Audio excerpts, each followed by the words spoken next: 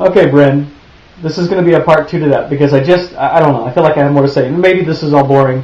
And if it is, tell your dad to go into another room and play his guitar. So anyway, back to the writing. What is it about an academic institution that's going to make you a better writer? If that's what you want to do, you want to write. Obviously the very pragmatic part of me says you're going to have to work a job. You're going to have to support yourself. Unless you and your parents are inclined for you to live at home until you become a great writer, which, could be never. It could be in a year and a half. But I think there's obviously value in also making one's own way. You're going to have to, functionally you're going to have to work. And frankly, struggling in life is going to add depth to your writing anyway.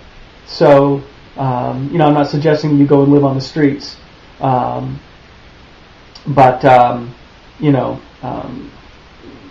Living in a sanctuary is not necessarily going to make you a great writer either.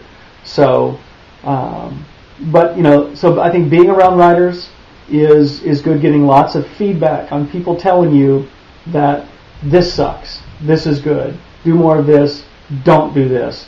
But even then, what you're going to get is, depending on who you're around, you're going to get people who are telling you these things because they want to sell your books, or they want to sell your stories, or your poems, or your plays, and so that, again, you have to juggle with that. Look at what your mom's experiences are with trying to get published. It's it's the same thing. It's you're always trying to meet somebody else's expectations. I think a classic example, to go to a different art form, is the Dixie Chicks and is country music. Regardless of how you feel about the Dixie Chicks, whether you like them, dislike them, or otherwise, is irrelevant.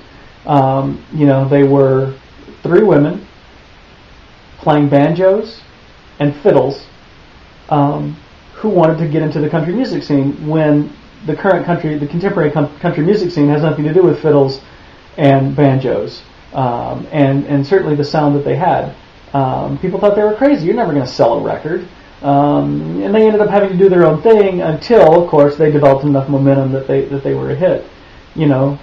Christopher Paolini is a good good example. Nobody was going to publish his book, so he said, "To hell with it, I'm going to publish my own book." And he and his folks, they published his book, and now of course people are beating his door down to publish his books. But it's a real struggle, Brynne.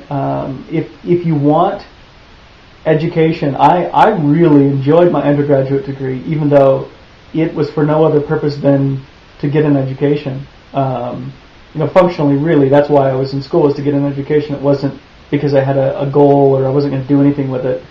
I didn't know what I wanted. I still don't know what I want to do with it. But, I really enjoyed it because it got me doing a lot of different things, but it also got me around around my peers, and there's the undeniable social aspect of college, which is valuable. It can be positive, it can be negative, but I had a very positive social aspect to college, and it's that exploring independence, and obviously you don't have to be at a university to do that. And again, for many of us, tuition money is an issue. So if you don't have thousands and thousands and thousands and thousands of dollars, then you don't, there may be other ways to go about this. But that's the biggest tough one is when you're thinking in terms of, why would I take on tens of thousands of dollars of debt with no visible way of repaying it? You're gonna have to get a job or something to mitigate that debt. Is that going to help you become a better writer? So again, going back to what you said 3 times, I want to be a writer, and I want to facilitate my writing. Well, again, I'm not sure. The university is not the answer to getting your writing facilitated. Again, there's many reasons for going to university, but as you said, you can go, you can do well, you can get good grades, and that is not the be-all, end-all, to use your own words, in life. And I would agree. It's, I think for many generations, for the last 2 or 3 generations, getting that degree was a sign that you have done something that perhaps your previous generations haven't, and it was a sought after end in itself. And I don't think it necessarily is anymore. I can't think of any compelling reason why I would want Duncan to go to college right out of high school. Because I think there's a lot of other ways to give value.